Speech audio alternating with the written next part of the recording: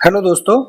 Uttarakhand civil जज exam 2023 का जो एग्जाम 31 अगस्त 2025 को हुआ था उसकी ऑफिशियल आंसर की आ चुकी है। 4 तारीख को उसकी ऑफिशियल आंसर की आई थी। आप सभी ने मिलाया होगा और उसके अकॉर्डिंग आपके कुछ क्वेश्चन ऐसे होंगे जो आपको लग रहा होगा कि आपके सही होने चाहिए थे, जिसके ऊपर डाउट होगा। और जो हमारी आंसर की थी जो 31 अगस्त के बाद में 31 अगस्त को जो हमने जारी की थी अपने यूट्यूब चैनल पर, उसमें जो हमारे क्वेश्चन सही हैं वो 191 क्वेश्चन ऐसे हैं जो सही हैं 200 में से। और इनमें 2-3 क्वेश्चन ऐसे हैं जिन पे डाउट मतलब हो सकता है, ऑब्जेक्शन किया जा सकता है। तो 193 194 क्वेश्चन ऐसे हैं जो ऑफिशियल आंसर की से सही मतलब हमारे होंगे। तो आप आंसर की मतलब हमारी पे रिलायबल कर सकते हैं। ऐसे यूपी एचजेएस की आंसर की जब हमने बनाई थी तो उसमें भी हमारे 100 में से 91 क्वेश्चन ऐसे थे जो कि ऑफिशियल आंसर की से सही थे, और जिन पे 3-4 क्वेश्चन ऐसे थे उसमें जिन पे डाउट था।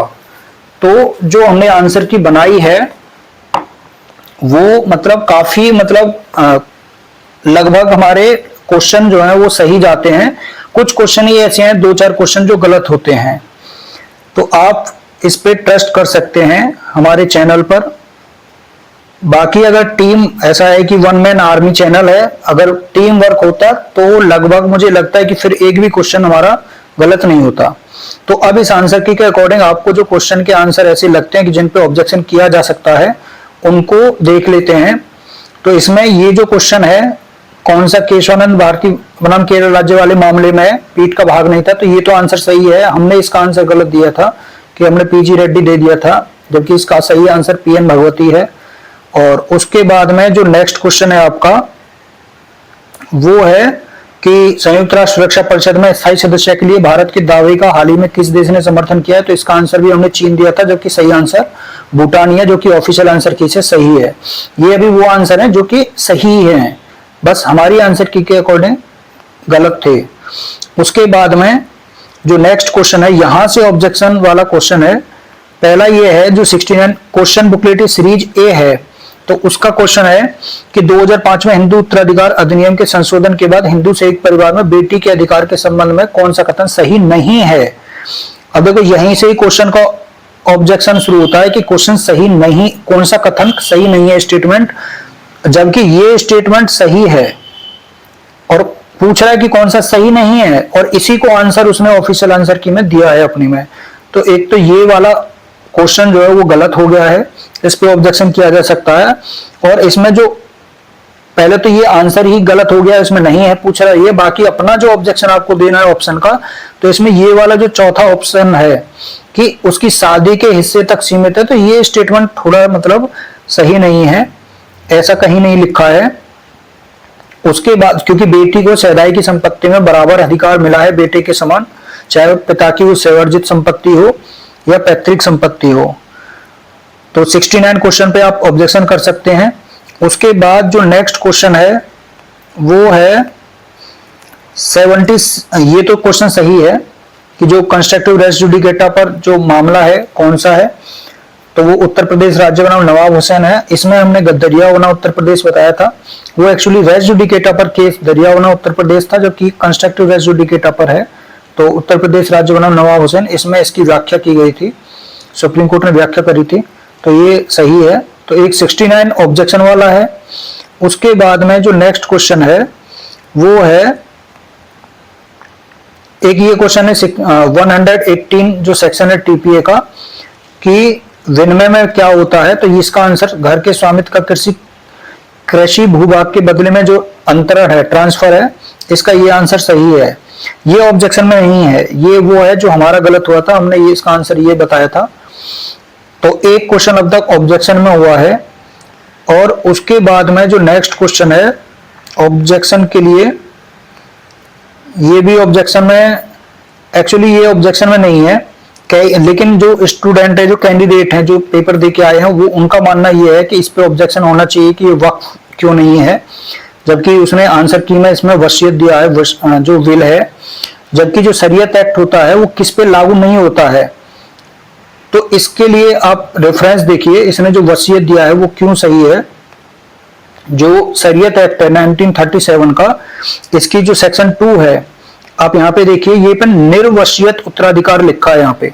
तो निर्वसियत उत्तराधिकार, जबकि जिन पे ये लागू होता है ये उनके बारे में प्रावधान कर रहा है कि स्वीय विधि का लागू होना, व्यक्तिगत विधि का किन विषयों पर जो है उनकी मुस्लिम विधि लागू होती है उसके बारे में बताता है। तो निर्वसियत है, यहीं पे ऑप्शन में दिया है वसीयत, ऑप्शन में वसीयत दिया है, तो इसलिए इसका आंसर जो वसीयत वाला वो सही है। बाकी इसमें जो बाकी ऑप्शन है, देखो वक्फ यहाँ पे भी दिया हुआ है, भरण पोषण है, मेहर है, संरक्षता है, दान है, तो दान भी ऑप्शन में था। तो बाकी तलाक वगैरह, विवाह, विघटन वगैरह, ये सब इसमें दिए हैं। तो ये ऑप्शन, ये जो क्वेश्चन है ये ऑब्जेक्शन में नहीं जाएगा। उसके बाद में जो नेक्स्ट क्वेश्चन है, अभी तक एक क्वेश्चन ऑब्जेक्शन में है 69। उसके बाद जो नेक्स्ट क्वेश्चन है ऑब्जेक्शन के लिए वो है 132 सीरीज ए का क्वेश्चन है, किस आधार पर मुस्लिम विधि के तहत विवाहित महिला अपने विवाह के विघटन के लिए डिक्री प्राप्त करने की हकदार होगी। तो इसमें ऑप्शन जो दिया है, ऑफिशियल आंसर किसे वो दिया है, पति का 4 वर्षों से कोई अता पता नहीं होना। जो बी ऑप्शन है इसमें कि पति 4 वर्षों की अवधि तक उसको भरण पोषण प्रदान करने में विफल रहता है।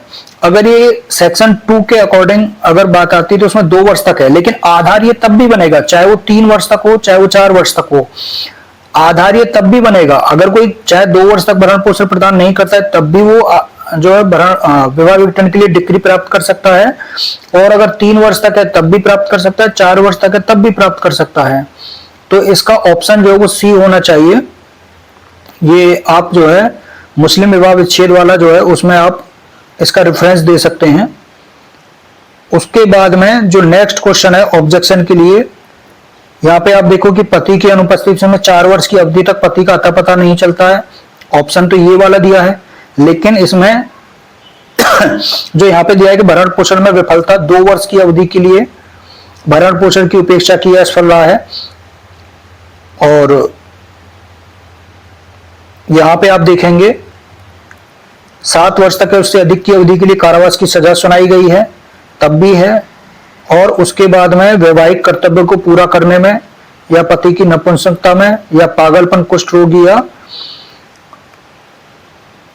ये रंजित रोग जो उसको हो जाते हैं उसकी वजह से। उसके बाद में जो नेक्स्ट है, तो ये आप रेफरेंस दे सकते हैं उसमें जो 2 वर्ष तक लिखा है कि वहां पे 4 वर्ष तक जो है तो आधार वो तब भी बनेगा। उसके बाद जो नेक्स्ट है आपका लास्ट क्वेश्चन है वो है कि मजिस्ट्रेट द्वारा पारित दोष मुक्ति के आदेश के खिलाफ अपील कौन दायर कर सकता है। तो इसमें जो आंसर है वो ए और बी ऑप्शन को दिया है, यानी मजिस्ट्रेट द्वारा अगर कोई दोष मुक्ति का आदेश पारित किया जाता है तो उसके खिलाफ क्या आदेश से व्यतीत कोई व्यक्ति अपील पारित नहीं कर सकता? कर सकता है। और इसमें केवल राज्य सरकार, जैसे यहाँ पे मान लिया है कि केवल राज्य सरकार और ये दोनों हैं, तो क्या केवल यही दोनों रहेंगे? डीएम जो है वो भी इसमें कर सकता है, जो डीएम है वो भी इसमें कर सकता है। तो ऐसा नहीं है, तो इसलिए ये भी नहीं इसका सही आंसर है। आप रेफरेंस में आप देखेंगे कि जो अपील से संबंधित बीएनएसएस के जो प्रोविजन है उसमें सेक्शन 413 है। यहाँ पे आप देखेंगे कि पीड़ित को न्यायालय द्वारा अभियुक्त को दोषमुक्त करने वाले किसी आदेश या कम अपराध के लिए दोष सिद्धि का हो, या दोष मुक्ति करने वाला हो, या अपर्याप्त प्रतिकर वाला हो, सभी के विरुद्ध अपील करने का अधिकार होगा। तो नॉर्मल में आप पीड़ित को अधिकार रहता है चाहे वो आदेश से व्यथित है, तो इसका जो सी ऑप्शन था वो भी सही हो गया। उसके बाद में आप 413 के बाद में जो इसकी नेक्स्ट सेक्शन है दोष मुक्ति की दशा में जो अपील है जिससे रिलेटेड क्वेश्चन है, उसमें 419 की धारा में आप देखेंगे यहाँ पे डीएम भी उसमें कह रहे हैं केवल राज्य सरकार, तो डीएम भी ऐसा है जिसमें यहाँ पे लोक अभियोजक को वो दोष मुक्ति के आदेश से सेशन न्यायालय में अपील करने का निर्देश दे रहा है। तो यहाँ पे डीएम भी जाएगा, मतलब डीएम भी ऑप्शन है, तो इसलिए वो आंसर भी इसका सही नहीं हो सकता। और जो इसमें बी ऑप्शन जो दिया हुआ था कि हाईकोर्ट ऐसी परमिशन दे सकता है, तो वो भी है कि जहां पे दोष मुक्ति का आदेश पारित किया गया है, परिवाद पर संस्थित मामला है और वहां पे हाईकोर्ट जो है वो परिवादी को दोष मुक्ति के आदेश की अपील करने की विशेष अनुमति दे सकता है। तो यहाँ पे ये भी ऑप्शन है, तो इसलिए ये भी क्वेश्चन जो है ऑप्शन इसके ऑब्जेक्शन वाले हैं, तो आप इस क्वेश्चन पर भी ऑब्जेक्शन कर सकते हैं। तो इस तरह से 3 क्वेश्चन इसमें मिले हैं, 199 क्वेश्चन यहाँ पे है, 111 क्वेश्चन जो मुस्लिम लॉ वाला है, और एक 69 क्वेश्चन जो था हमारा। तो 3 क्वेश्चन ऐसे हैं जिन पे हमारे अकॉर्डिंग मतलब ऑब्जेक्शन किया जा सकता है। तो और बाकी रही कट ऑफ की बात, तो जो ऑफिशियल आंसर की आई है उसके बाद में आपने कट ऑफ अपने नंबर देखे होंगे कि कितने नंबर आए हैं, तो उसके बाद में जो ऑफिशियल कट ऑफ अब जा सकती है। देखो हमने पहले भी पिछली वाली वीडियो जो थी जिसमें आंसर बताए थे हमने, उसके बाद में जो कट ऑफ है वो अभी भी हमारे अकॉर्डिंग वही रहेगी। यहाँ पे ये देखिए, जो जनरल की कट ऑफ है वो अभी भी 165 ±3 है। यहाँ पे कुछ बच्चों के आंसर जो है वो घटे होंगे, 3-4 क्वेश्चन का इधर उधर हेर फेर होता है, तो अब ये 168 तक भी जा सकती है। तो यहाँ पे ये है, और 162 तक भी जा सकती है। तो लेकिन 165 से प्लस में ही आप मान के चलो तो 168 तक ही ये कट ऑफ रहेगी। तो इसी तरह से आप इसमें बाकी जो कट ऑफ कैटेगरी हैं उनके लिए आप ±3 कर सकते हो, लेकिन यहाँ पे तो आपको +3 ही रखना है कि 165 + 3 के बीच में ही ये रह सकती है। तो इस तरह से ये कट ऑफ है सभी कैटेगरी की, आप देख सकते हैं। अगर जिनके भी इस कैटेगरी इस कट ऑफ को जो पार कर रहे हैं तो वो अपनी तैयारी जो है शुरू कर दें, और जिनको ऑब्जेक्शन करना है उन क्वेश्चंस पर तो वो अपना रेफरेंस देके ऑब्जेक्शन कर सकते हैं। Okay, thank you so much.